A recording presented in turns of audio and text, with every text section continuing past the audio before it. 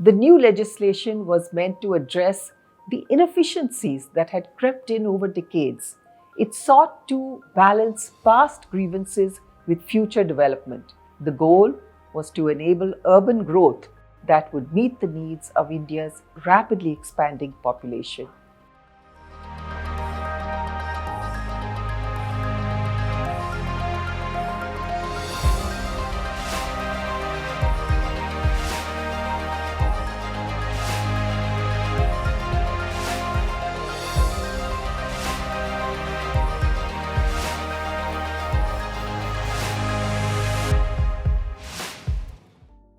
Hello and welcome to the Secretariat.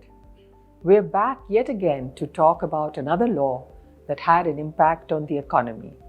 This time, it's the Urban Land Ceiling and Regulation Act of 1976.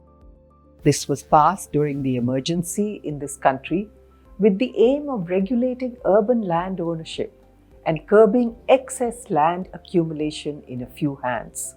It imposed strict ceilings on vacant land ownership as it was trying to promote fair and equal access to urban spaces. These are laudable aims, but what prompted the government to pass such a law? We really need to go back further to post-independence India when there was a mounting housing crisis. Millions of refugees had migrated following partition. The urgent need for affordable housing became apparent, especially as there was a sudden surge in urban populations.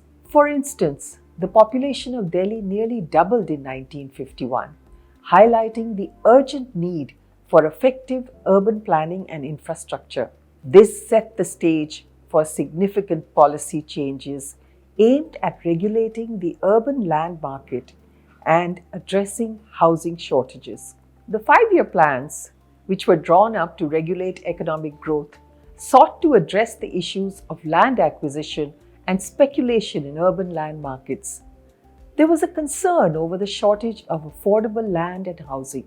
Ultimately, a national urban land policy was drawn up in 1961. It was followed by the Master Plan for Delhi, released by the Delhi Development Authority in 1962. This soon became the template to be followed by other emerging urban centers. Ultimately, to deal with the challenges of affordable land and housing issues, the Urban Land Ceiling and Regulation Act was introduced in 1976 during the emergency. It was a bold move to curb concentration of land ownership in a bid to create fair access to urban spaces.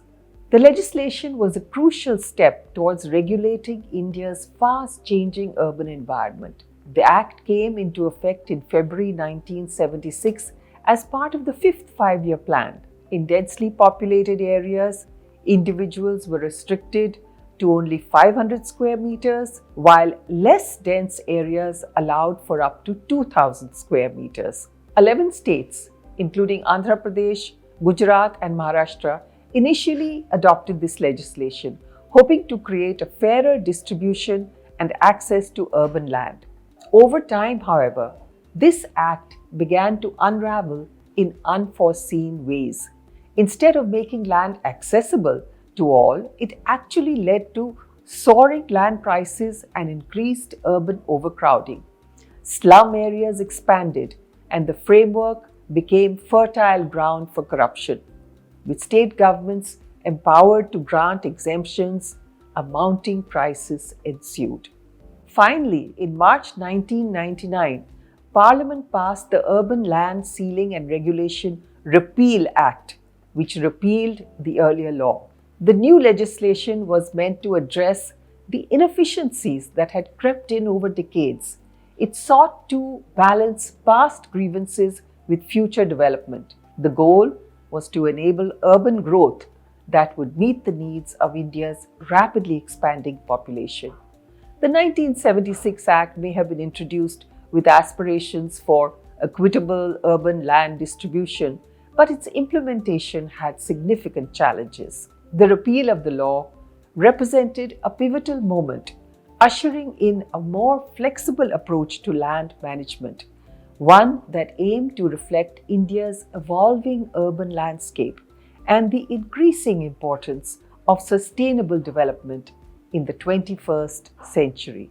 As for the future, in terms of urban land availability and meeting the needs of affordable housing, much will depend on the expertise of urban planners. The repeal of the law unlocked large tracts of land in major metropolitan centers. Prices are still high for home buyers now, but there is a huge volume of choices. As for those at the bottom of the pyramid, more thought needs to be put into providing subsidized housing so that every person living in a city is able to get a roof over his or her head. So that's all for today. Thank you for joining us and hope you'll tune in next week to hear about yet another iconic policy.